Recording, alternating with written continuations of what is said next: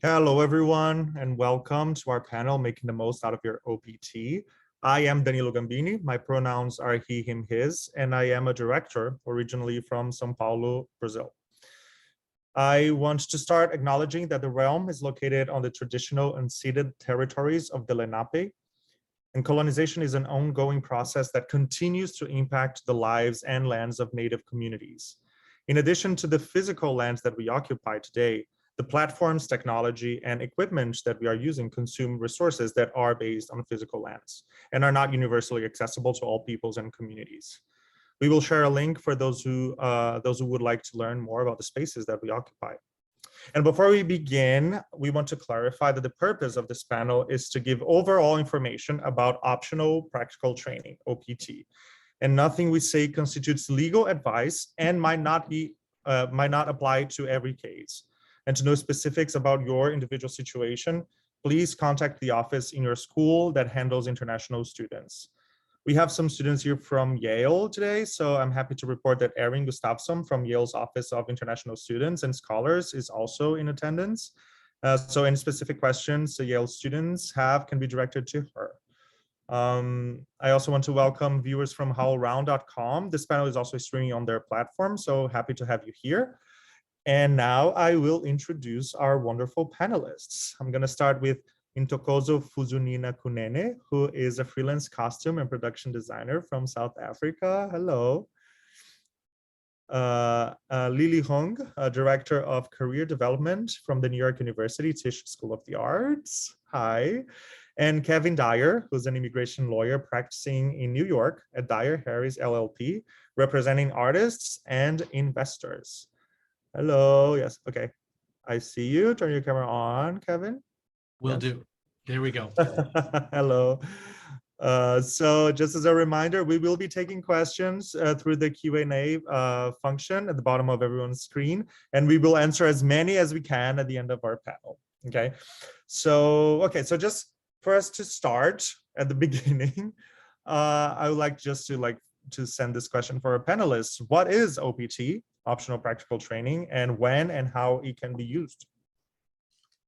Okay, let me start with some preliminary remarks. OPT is a normally a one-year period of employment authorization that occurs at the end of a conclusion of a course of study in F1 status.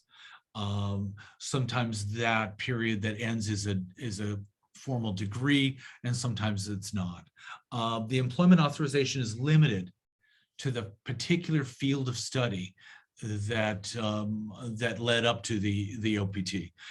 With STEM degrees and the scope of STEM degrees seems to be expanding. With STEM degrees, the operative total period can be 3 years of employment authorization. Okay, that's how I would summarize what OPT is. Mm-hmm. Great. Cool. So I think an important question is, okay, like during this period, what types of work, and this is like for all people in, arts and specifically theater, mostly, what types of work should I be looking for during this extended period of time that I'm allowed to work, OPT, that are the most valuable for my next steps as staying in the United States? So the O1 visa or like the next steps. And this can go to all the panelists. Right. I mean, let me start off, and then I'll defer to my panelists, co-panelists here. I mean, first of all, let's start from a premise that underlies the O1 visa category, that the USCIS is looking for people in the arts who have lived their careers publicly with public recognition and have played central roles, important roles in distinguished productions or for critical roles for distinguished organizations or groups. Let's start with that. And then and then I get into a kind of a mechanical thing is I know very well what an O1 petition requires. And then I work backward to kind of urge people in OPT to take on projects that would meet those requirements. Mm-hmm. But I'll defer to some other people that have actually gone through this process about what they found most helpful. I don't want to dominate the discussion here with kind of a lawyer's approach to all this. I think a lawyer's approach is great, but also I would love to hear from Ntokozo, like what was your process for your OPT and how that went for you? Absolutely. Sure. So I think it sounds, it might sound scary and daunting when you've just graduated to think, how am I going to find myself in, a lead role in any kind of production. And obviously I think also when we graduate, we'd all like to catapult into, immediately into like fame and doing all of the, either the acting or the directing or the designing. But what I found, the things that I did firstly was, I think from graduating, one of the most helpful things was just hitting up all the directors and designers and like theaters, like just sending cold call emails to all of those people that I really wanted to work with, that I found some sort of commonality with, to see if they have any work available. So so I think then it also meant that it wasn't necessarily looking for a lead role, because it's also about like rethinking how you use those situations. So whether it was then finding maybe a shopping position. So for example, I ended up working for the public theater quite a lot. So I had like this trajectory with them where I started interning while I was still studying on a production. Then once I graduated, I worked as a shopper that then at least got me noticed by the people working there, that then eventually allowed me to design like some productions for the public theater that then helped, right? So I think it's not necessarily approaching it from I need to design, or I need to be, the lead actor in a situation, but just sort of like finding ways that help you with a network that then will help you with things like getting the recommendation letters, right? Because obviously we'll probably get into the minutiae of the things that you need, but getting, the recommendation letters, the deal memos, or I'm not sure what they termed correctly, but I knew them as deal memos when I was doing my first application, because I'm actually now in the process of renewing mine. So the things that will get you the deal memos, which is, finding directors that are willing to say they would work with you for the next 3 years, or theaters that will also say that they're willing to work with you for the next 3 years. Of course, yes, you would love to design. And so the other thing that I would say is, I mean, we are living in the slightly different times, but one of the things that I did was also not to to undervalue some situations. So it is difficult because obviously, yes, you want to get paid and be in situations that have like all of the resources. But I did then take some jobs that weren't necessarily like the best paying, or, again, had all of the resources, so that, but like at theaters that at least were recognized, so at least then I did have some lead role situations there. So yeah, that's just like some of the stuff that that I did, was not just focusing on getting the design things, but other jobs that led me into finding connections that would then help towards all of that. Wonderful. Lily, do you want to contribute with us?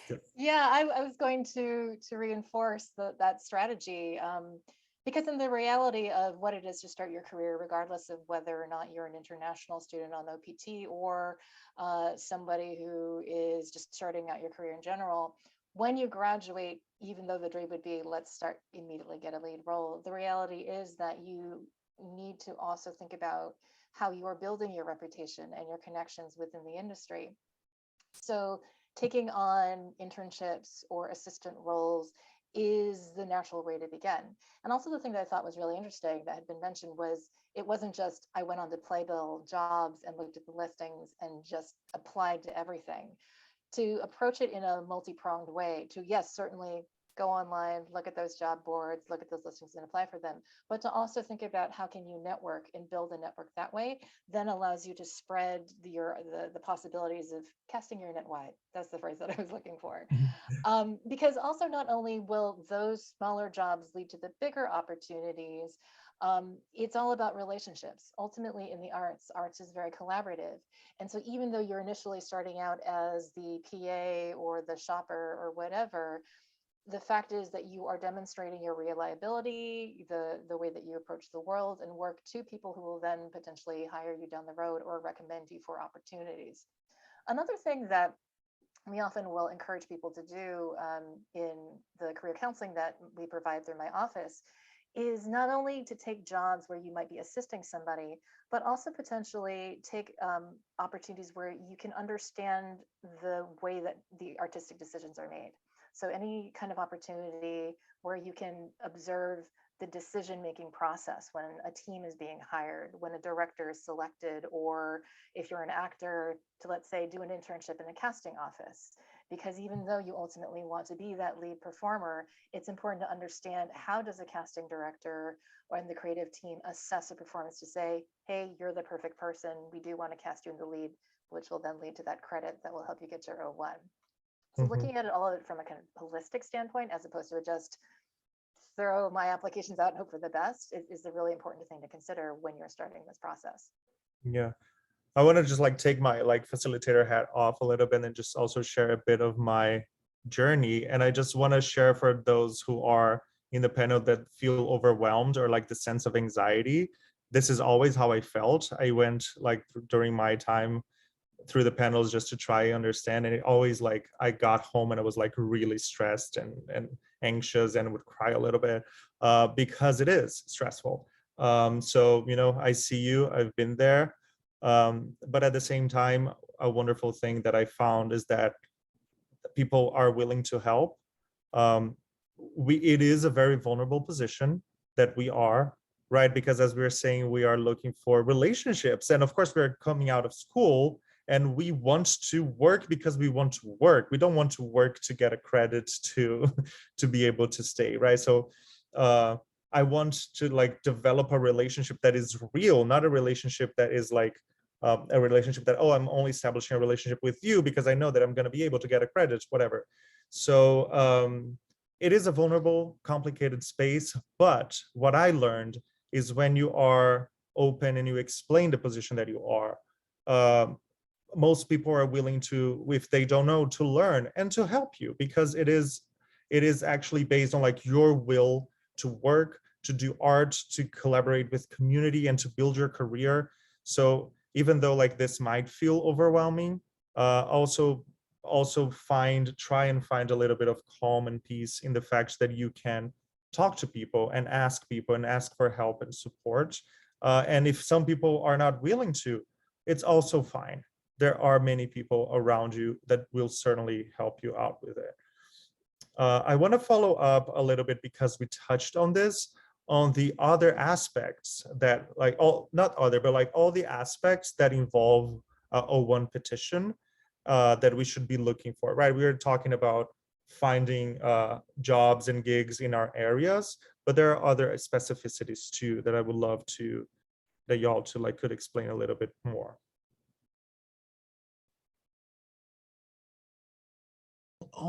I'll start off. You know, I tell people in the O1 context, we have to do three major things.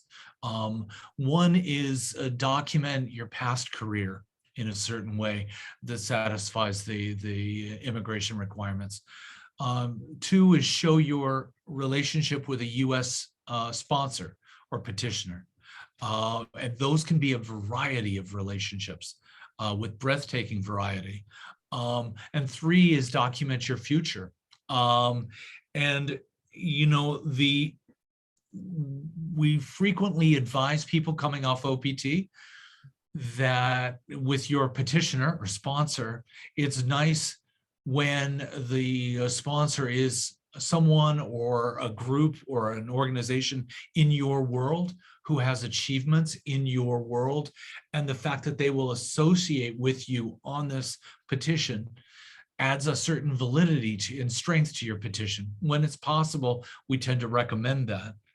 We also tell people, be the historian of your own career, down to the details. If you're in film, track your films, what film festivals they go. If you're in any line of work in the arts, keep track of the work you're proudest of.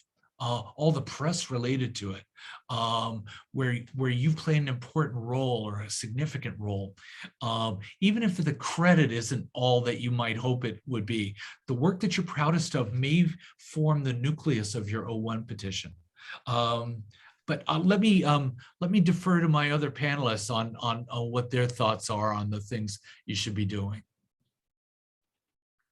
Yeah, I was going to say with regards to that, like being the historian of your career is also that your achievements from your home country also help. So, you know, you probably, I think whether you're in undergrad or like grad school, maybe you've worked prior to that or have done some things of note back at home. So, you know, all of that stuff does count towards it. And I think also just something that Danilo mentioned earlier about the people being willing to help. I think also when you're at school, right? You're coming out of there, so use your professors to use the alumni as another resource. You know, whether that's like again getting jobs, recommendation letters, things like that. Just don't forget that as like the first point of resource that you have. Yeah, I think just as a reminder that it's not just the stuff that you've done maybe now that you've been in the US press-wise, but yeah, stuff that you've done prior to coming, because you know, especially the grad students probably had a whole career before you came to the country. So don't forget those achievements. I think it's also important to remember that in thinking about the work that you've done, something that we see often is we have undergraduates who say, how am I ever going to qualify for the O1? I don't have a lot of credits. I'm currently a student. Is that going to count? And we remind them that as students who are artists that are constantly creating work in class, you can take that work and then push it out into the world so that it becomes seen by the greater industry. It's no longer, let's say, that short film that you made for your advanced, intermediate, whatever. Even though it was a short that you made for class, if it's a good short, you can be submitting it to film festivals. I mean, don't necessarily, and Kevin, you can speak on sort of the different ways that the credentialing works, but if your short film is accepted into the comedy roster for a film festival, that could be one of your credits. So it's not like you're making additional things after you graduate, you're just taking work that you've already done and pushing it out into the industry so it then gets recognized. Yeah, one thing that I can say too, one like change of adjustment of mindset that we all have to go through as immigrants in this country is that, okay, this has to be somehow in the back of our minds. So like if you can give an interview that quotes your name, it's great. Or if any of the work that you've done has any repercussion in the press, you do save it and keep it on a folder. I have since I moved here, because I had a friend who helped me from the very beginning, like a reviews folder, and I would put everything that was written anywhere I was putting in this folder. So like it was a little bit easier when it came time to actually find the reviews that were going to my case, that I already sort of had it there and I didn't have to spend that much time actually tracking myself down online. I think like a few things that we kind of like schemed over that I would like to like just take a moment to fully explain it are the deal memos. What are they and what they constitute?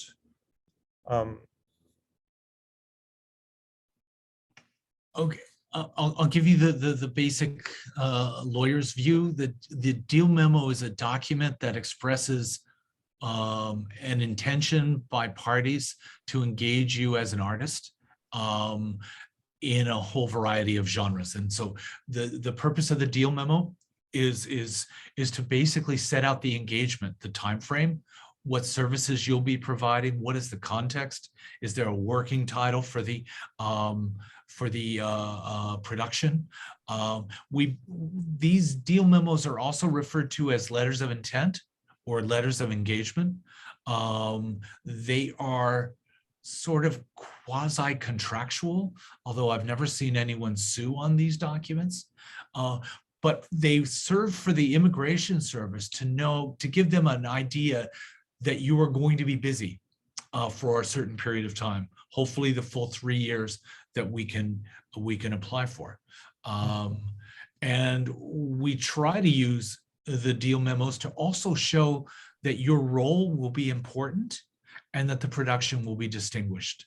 And we try to back that up with other factors. But that's my take on deal memos. Other people may have a slightly different one.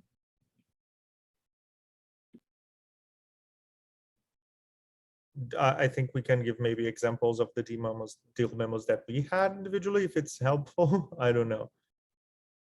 Sure. I think, well, again, I'm in the process of renewing my visa. I have been for the past 2 years. But I think if I remember correctly, what I did previously was that I spoke to the directors that I'd worked with that year. That was some of it, just for them to say that they would be willing to work with me.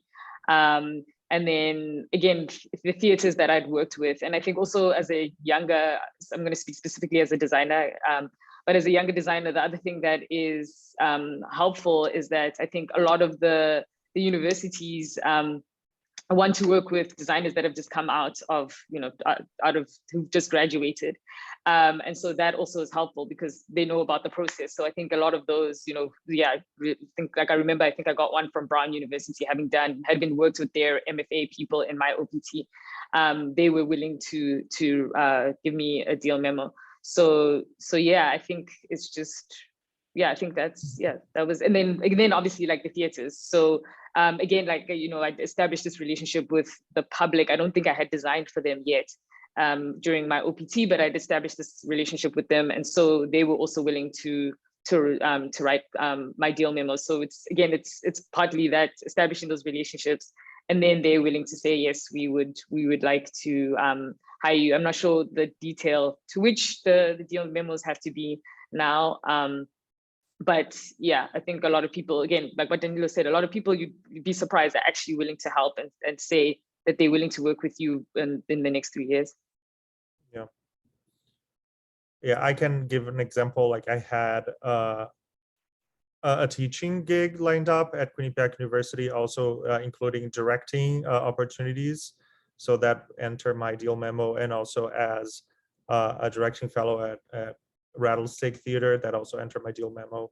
But I also, like as a director, have signed deal memos for designers who would work for me, which they did already. So like things that actually came to fruition.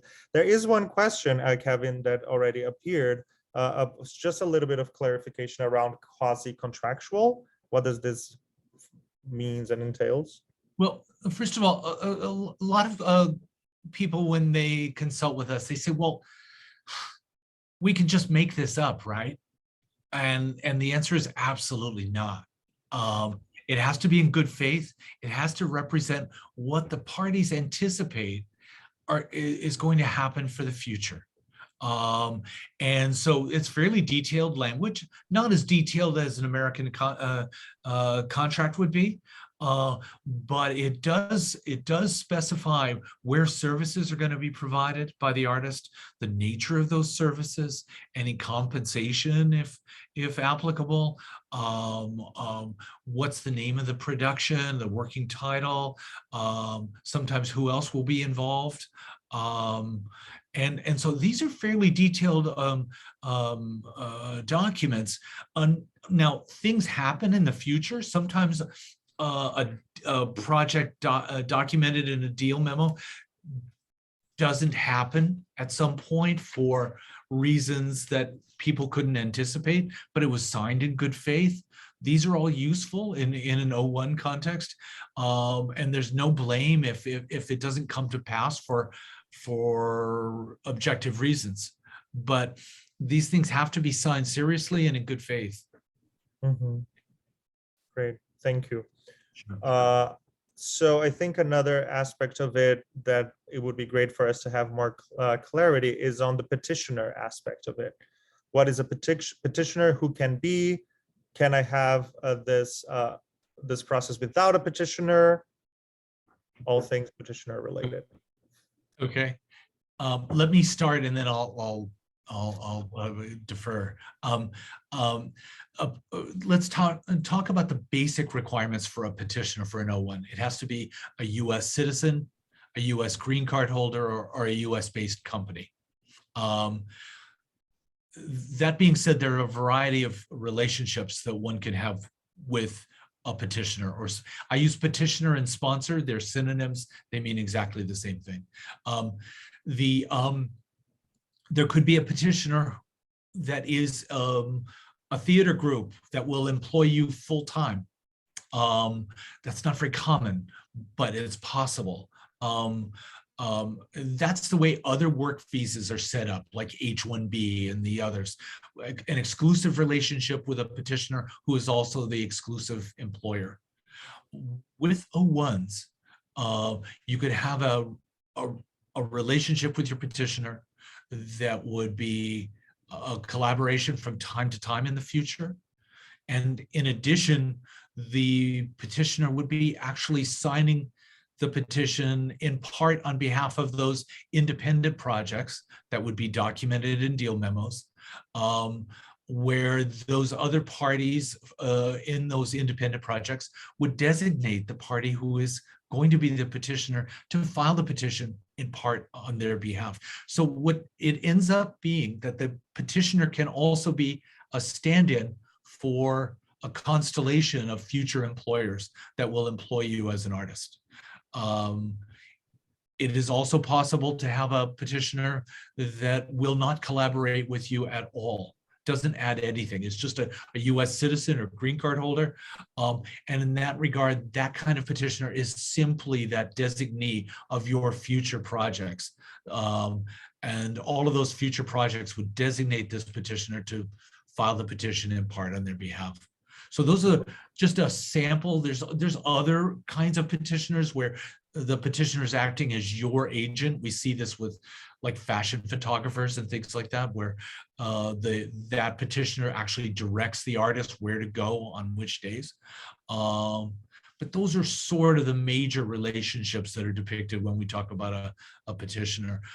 On a practical level, as people starting out in your careers, coming off OPT, a little boost from somebody prominent in your field, or a film production company or a theater group that is prominent in your field adds a certain glory to your petition, and helps the narrative.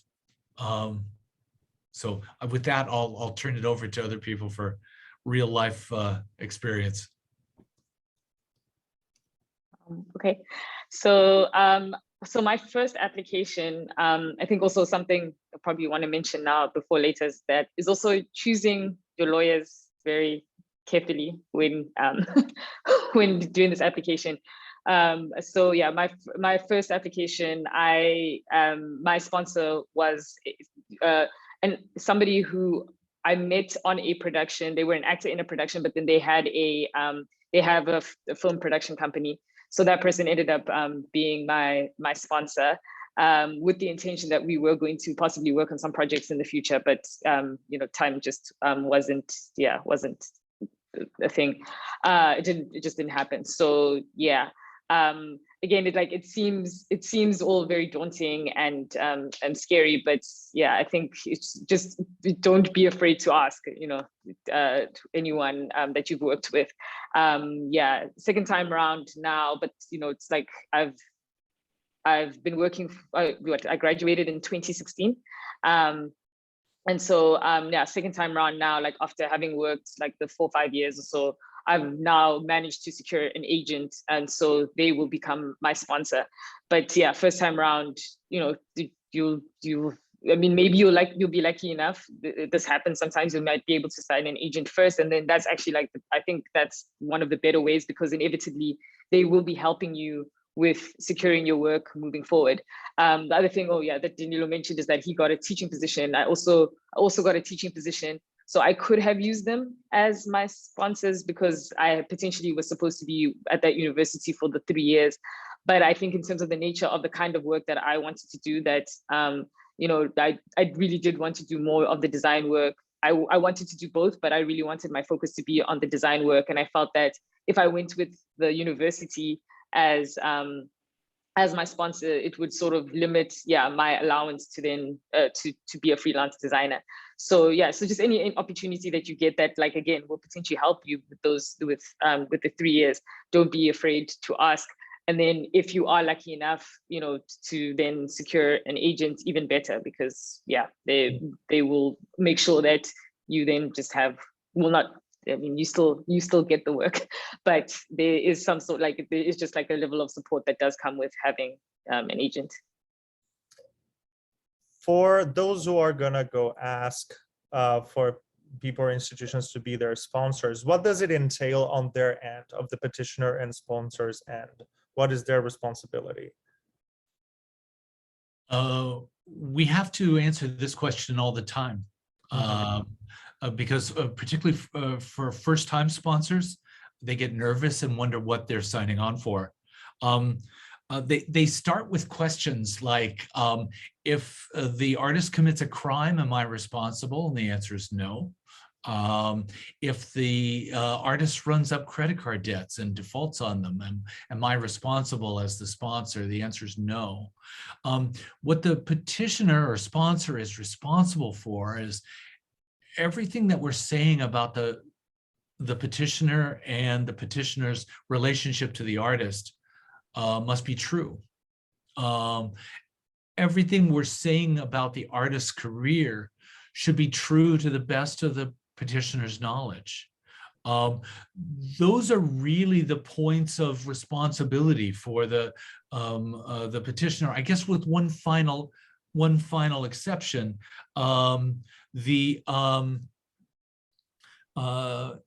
whatever deal memo or whatever collaborating relationship we're describing between the petitioner and the artist should also be true, and they should live up to that. But most people are concerned as petitioners, am I getting sucked into some hidden responsibility? And the answer is no. Everything is transparent and rather obvious in terms of their responsibilities. I also tell petitioners that with that as a backdrop, it is not the most pressing responsibility they will ever take on. The petitioner will receive some mail from the Immigration Service. They will collaborate with the artist in a way that is depicted in the petition, and that's basically it. Thank you. There's this one question I think is just fits. So how willing are the agents to take on the sponsorship, or would they be willing to work with someone that doesn't come with that baggage? I don't know if anyone has an opinion on this. Ntokozo, do you have an opinion? I don't think, sorry, just take on baggage. I mean, I don't think you are baggage, because at the end of the day, firstly, the whole point of like the O1 rights is that it's the exceptional talent. So the US just wants to take anybody that is going to contribute to their name. So so it's the same with your agents. They'll just take on anyone that they won't just take on anyone. But the point is, they are probably just as invested in your career as you are, because it helps them. So yeah, there's no baggage. There's no difference between being a US citizen or being an international person. The only thing with my agencies, because they are US based, is that they just want to make sure that I'm working in the territories that they exist in, right? So which is the US and England, or on productions. So right now I'm back in South Africa. So my agency just wants to make sure that I'm working on productions that are like international productions. So like there's a lot of film and TV that is shot here in South Africa. So they just want to make sure that I'm doing something that will contribute to that. So no, there's no baggage, there's no worries. And again, like, I think if you do have an agent right now, and like, like a good agent, I'm sure they really would love to help you and stuff. So don't be afraid to ask. Yeah, it only helps them. I'm sorry. I would say that if an agent see who you are as a problem or as a baggage, that is not the correct agent for you, right? I feel like that's also what I want to echo of what Ntokozo said. If an agent is someone who is working with you, also somehow a little bit for you, but you're partners in professional partners. So if someone sees you being an international artist as a problem, the problem is in this relationship that shouldn't be. in place. This is my opinion. I think there's one important question that we should discuss too, is when should I apply for my O1 during the OPT? What is the correct time? What is the correct timeline? Also with COVID and all the things. So, you know, yes. Okay, I do want to jump in here because I was thinking about this, even though I applied pre-COVID the first time, because now I'm reapplying. But I think something that like I feel like I neglected my time through that, because you obviously get really busy as any freelance artist. You know, you're working 24/7, and so you feel like you don't have time. So I was thinking about this, what could have made it easier and what could have probably have made my process easier now too, is that I feel like I should have just set aside some time once a week or something, just to, you know, gather the things or send out an email just to say to myself, okay, on a Sunday morning, I'm going to spend an hour just doing this first part of, you know, of the application, to then just make sure, you know, by the end of, or by the time the deadline is set, because I think maybe Kevin will probably be able to say more on how much actual time you need, but by the time the deadline is set, I have put all of that stuff together. And yeah, I think I need to do that now too, is just say to myself, you know, because, and I'm working obviously with Dyer Harris, and so they you know, they've outlined everything so well for me that I feel like I could just say to myself, okay, this Sunday I'm going to just work on sending out my emails to get my recommendation letters, and then okay, done that, like then the following Sunday I'm going to just work on getting my deal memos, then you know, that kind of stuff. So I would just say, if you can just like set aside the time, and so that it becomes less of a burden, and then you know that then you've accomplished some parts by the end of a month or by the end of 6 months and stuff.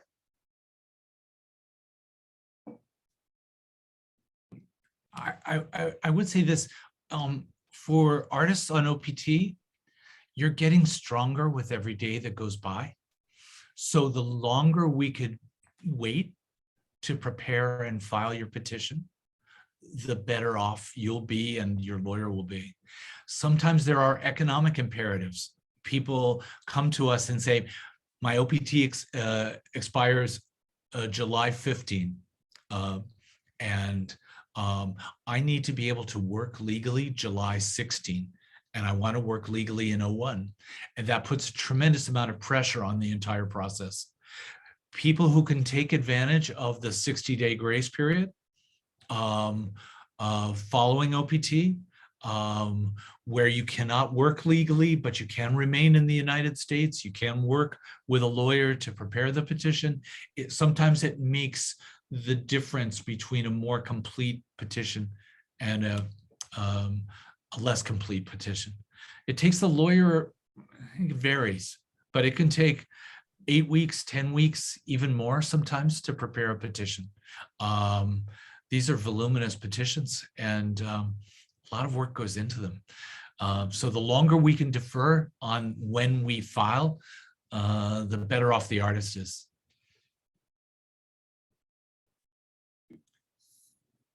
So just so we have like an estimate, like you say, like it can take up to 10 weeks to prepare the case, and after the case is filed, how long usually does it take?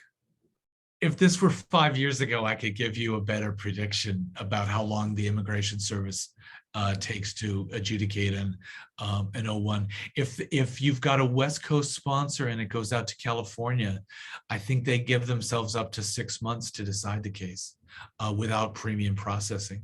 On the East Coast, the Vermont Service Center tends to be quicker, and so sometimes it can be somewhere between 1 and 3 months with regular processing. Sometimes things drag on more. The Immigration Service, you have to understand right now, is going through a crisis. I think it went through a crisis during the Trump years, and that crisis has continued because of COVID and become worse. And it's recovering now, I think, but it's not entirely well yet. And so there are serious delays in this process. And we'd like to avoid premium processing for cases that are not the strongest, because the Immigration Service can have a reaction of just sending out questions called a request for evidence. And so we'd like to avoid premium processing with OPT cases.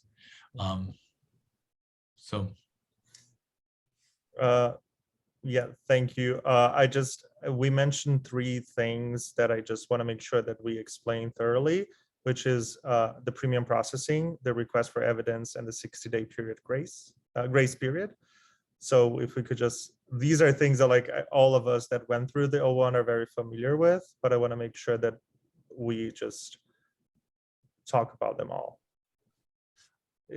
But I'm doing way too much talking here, and I don't mean to dominate. But if you want me to, I will. Okay. So like one thing also that I want to bring Lily to our conversation too, and this Lily and Ntokozo, this is a question, which is, how do you choose a lawyer, or do you choose a lawyer, or what are your opinions on that? To go with a lawyer and how to choose if you do decide to go. Okay, should I answer? Okay, so I mean, I went to NYU, so after this, I think clearly should answer. But so I think the first time around, and this is why I'm saying it's so important. The first time around, because I'm from South Africa, a bunch of my South African friends had used some lawyer, and I was like, great, let me just go with that person because they've got their O1s through this person. Yeah, it was not necessarily the best idea. We all had a bit of a traumatic experience. Some of them were renewing at that time. So when NYU or your university suggests lawyers, they've done the vetting, they've done all of that. So probably you should stick to the ones that they suggest. Like I'm saying now, I'm with Dyer Harris. I think mainly I found out about them through Clint Ramos, who's also NYU alum. And it does make all of the difference. You will want to, obviously, I mean, it's like Kevin had mentioned that, you know, obviously some people might have like some financial constraints and things like that. So you might be thinking, oh, let me take the shortcut because, yeah, maybe from a financial thing, but that's not necessarily always the best thing. So really just, you know, try to vet your lawyers as much as possible. Because it shouldn't be like it is like quite a huge process. It does feel daunting, and so your lawyers make it seem less stressful. And I'll admit that that's been what's been happening with me now, especially with all of the travel bans and all of the stuff like happening. I feel like that's always communicated to all of us, not this to me specifically. Every time something happens, there's an email that goes out. But also whenever I just have a specific question or something, April is always willing to have a Zoom call with me.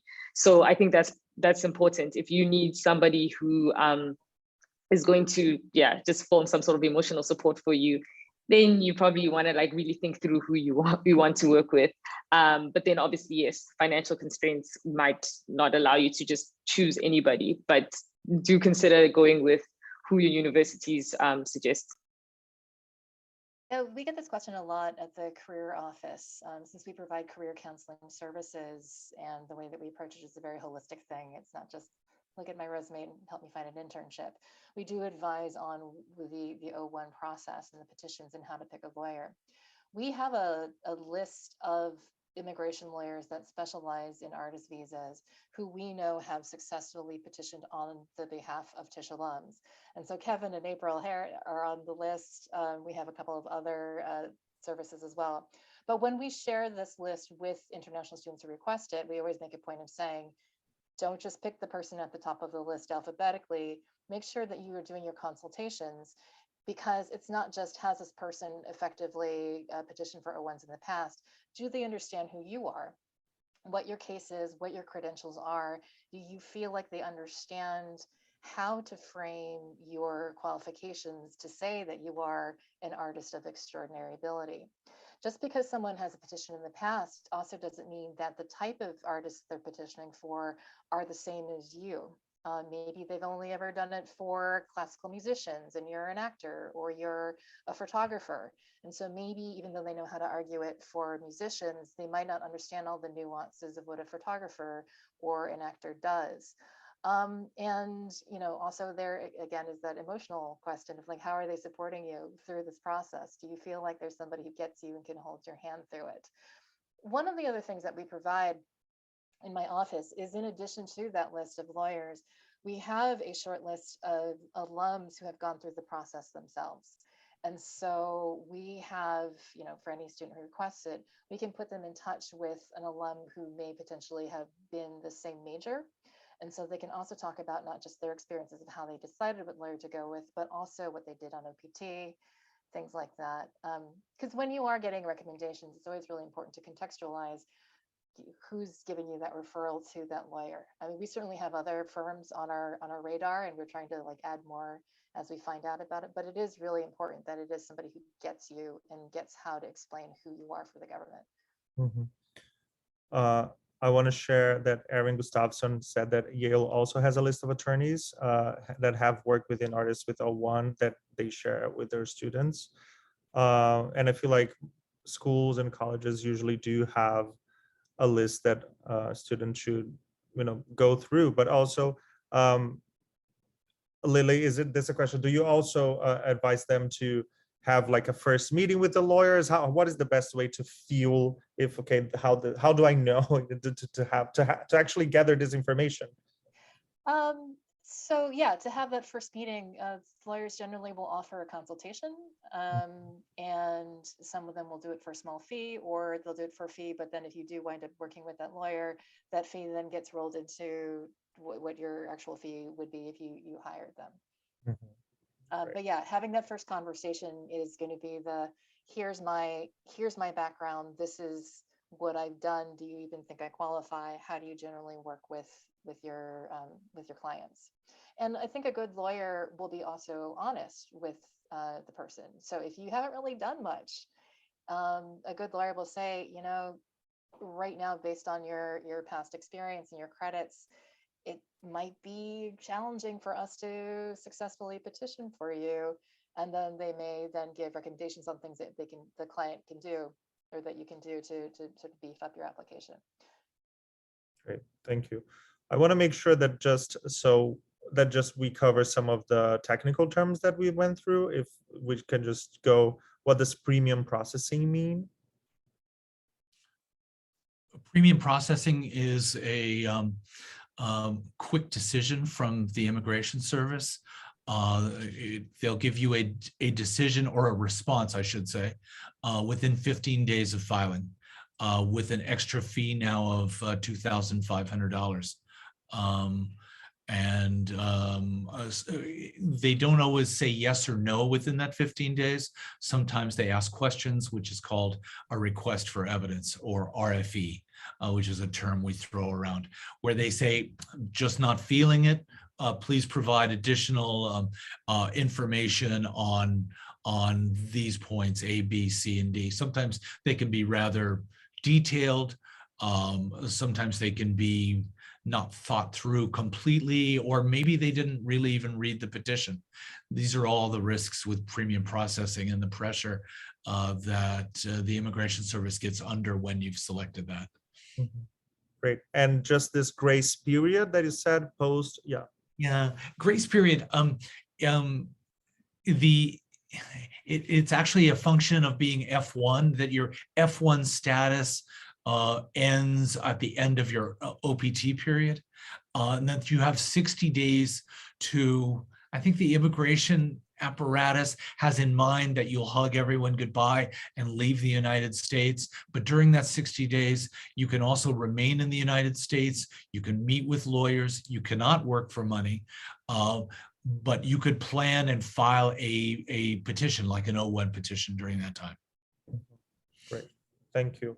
I am already getting to the questions, but I'm gonna get select one, two. There's one from Camila for Ntokozo and myself. What was I think you already talked about this, right? Like how you chose your lawyers, right? And then I feel like it's a joint question is like, do you feel that you need a lawyer? Do you think that you do need a lawyer, or can you do it by yourself? And then what is your opinion? And also Lily, of course. Kevin, I think I know your opinion, but feel free to join. I would say no, you can't do it by yourself. I don't know. Yeah, I didn't even consider whether you could or couldn't. But when I went through the process, especially the first time, because I felt like I was alone, given who my lawyer was. Don't worry, that person is no longer practicing, so you won't have to worry about coming across that name. But yeah, I think it's imperative to have a lawyer because there's a lot of, I mean, we've just heard a bunch of technical terms already, so it's probably best just to find somebody that will work well with you. And again, as far as the fit, I mean, like Lily just touched on that, probably that first meeting that you have will tell you, I guess like choosing a therapist, will tell you whether or not, because you'll be with that person for a few months working on this. Lily, like, do you like, if someone comes with you with that question, what is usually your advice? Get a lawyer. It's just too complicated, and there are too many ways that you can mess it up if you're not familiar with the process. Because it really is about how are you packaging and explaining your credentials to the government. And if you don't know how the folks in Vermont or the other centers are reading it, whereas a lawyer, because they are petitioning on a regular basis for the clients, not only do they know the technical aspects of it, they're also familiar with how the government is reading it in terms of trends, how strict they are in interpretation of your credits to qualify to be an artist of extraordinary ability. So it's money, but it is a good investment. That said, I do know that there are alums that have successfully petitioned without lawyers. Honestly, no idea how they did it. I can think of like one person off the top of my head who said she did it. She hasn't explained it to me yet. I'm really curious to know how, but we generally will tell everybody who asks us this, do it. It is worth the money. It is an investment in your future. So it's worth that. Yeah, it is. For me, the experience was the same. I don't think I could endure emotionally going through this by myself. I do have a friend that did it herself, and she was successful. But I was like, I am not.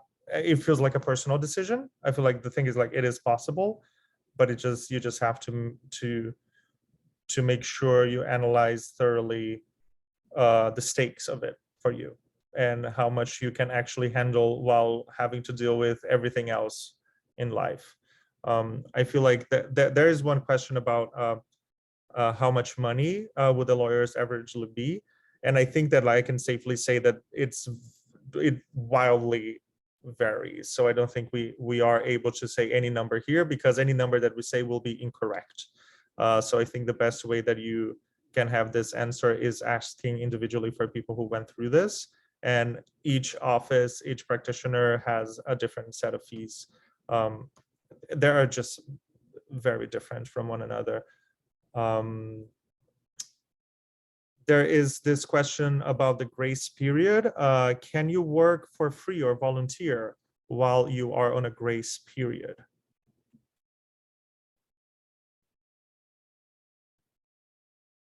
I would definitely defer to Lily on this one and say, what do you advise students on OPT grace period? I would defer to you because it seems more like a technical legal thing. The thing is, I think that you're allowed to volunteer as long as in the process of volunteering, you're not taking a paying job away from an American. As a practical matter, I don't know who's looking at this but as far as I have a default setting that if it's a short engagement and you're just no money is changing hands, it seems harmless to me. But I think other lawyers can take more conservative views than I do towards that. Yeah, I mean, we typically encourage everyone to be conservative in how they are interpreting these things. And so our rule of thumb is, does it smell like a job that would be paid? If it does, then maybe if you're really paranoid, don't do it. But if it is clearly a volunteer thing, let's say you and your friends have decided to do a commedia piece in the park and no one's getting paid, it's just you and friends making some theater together, then that seems like it would be fine. And another clarification for this grace period, once the 60 days is over, and if you still do not have an approval, what does it mean? The key concept it isn't whether you have an approval, because once you file a petition, you can remain in the United States while it's pending. So the key thing is get it filed during that 60-day period. And then once you do that, then you can remain, again, you can't work legally until you get an O1 approval, but you can remain in the United States while the petition is pending. Great. I feel like we are approaching the end. I feel like we can sneak in another question, but for the credits on your application, is it only for paid gigs, or things that you didn't get paid for also count towards an O1 application? Unpaid engagements can also count. The Immigration Service is either wise or oblivious about the concept of artists making money. So unpaid gigs count equally. Great, thank you. I just want to also broadcast that Yale, this is from Aaron Gustafsson, would advise Yale students that they should have a great deal of caution about volunteering. If it is truly volunteer and no one else is getting paid for the same role, it may be okay. And the advice is that public attendees is to check with their school DSO and perhaps also an attorney before making any of these decisions. Like Lily said, if it smells like a job, it's probably not the right moment for that opportunity. And I feel like the overall advice is just to be cautious. I feel like for all of us who are here, like in this process, the stakes are high. So we want to be very conservative in all of our decisions. This is my personal opinion. I just want to give a little bit of space for the final remarks from our panelists.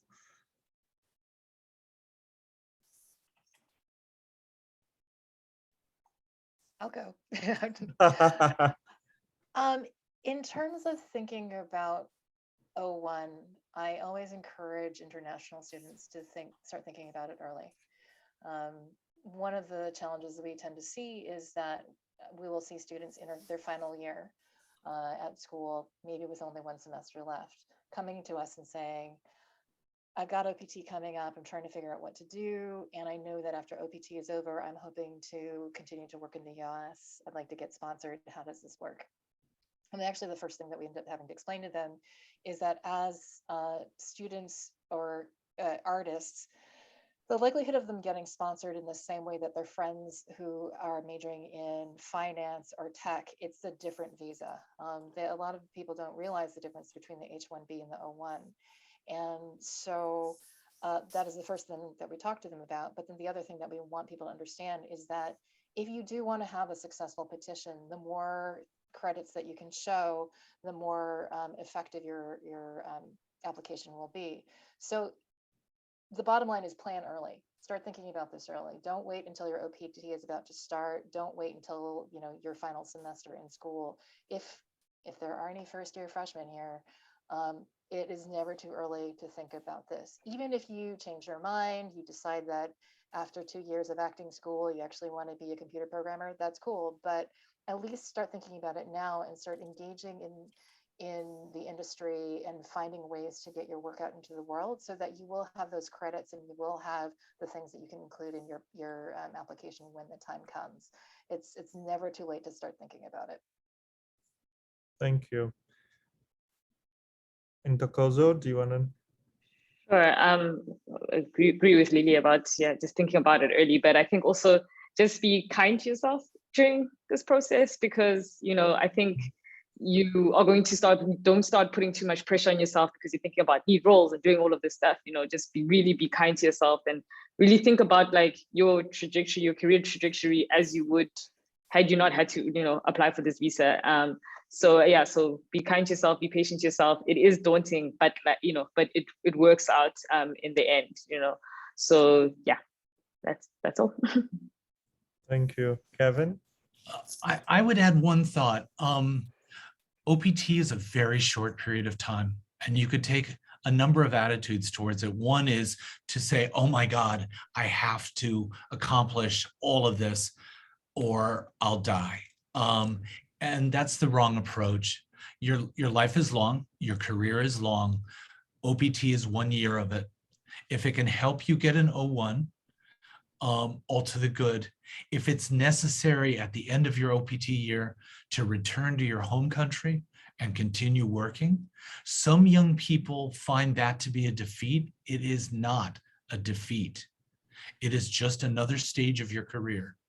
And so you have to embrace that, knowing that your engagements that you could pursue in your home country, in whatever artistic endeavor is yours, can contribute to your eventual O1. Nothing is lost. Nothing is lost.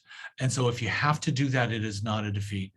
And so I urge people to kind of also view the immigration service not as their enemy, not as their adversary, but as a pushy stage parent who wants them to be out there and to pursue their dreams.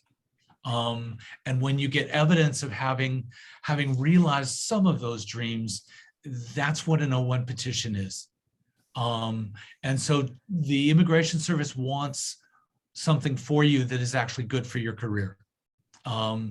And if you have to go to your home country, I say this again, because so many people need to hear this. If you have to go back to your home country, all to the good. You can work there without a visa and build up in a short period of time the components for an O1. Okay, those are my thoughts. As well, before I forget to say thank you, Danilo, and our fellow panelists and the Playwrights Realm for the chance to talk to everyone this afternoon. Thank you. And I will wrap this up. Thanking you so much it was wonderful to just share this space with all of you. Thank you, Playwrights Realm, for hosting us. And thank you so much, all attendees who joined us. And I hope this helped make this very anxious time and situation a little bit lighter. Thank you so much, everyone. And this is it for our panel today.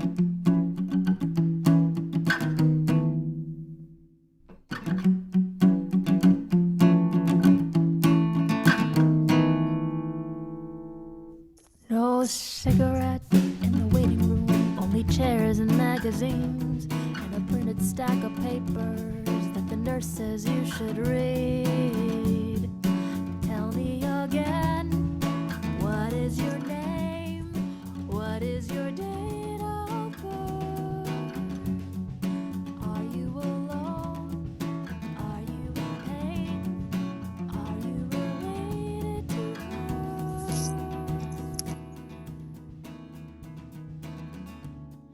Insurance is a nightmare, 'cause there are no guarantees. Wearing black on Sunday, we're going to the beach. They don't teach you that in school, how to laugh your troubles off, and how the trouble all begins with a single screeching stop. And I'll break you like a habit, 'cause you keep me coming back. And they save you from the wreckage just to put you in a cast. The waiting is a nightmare.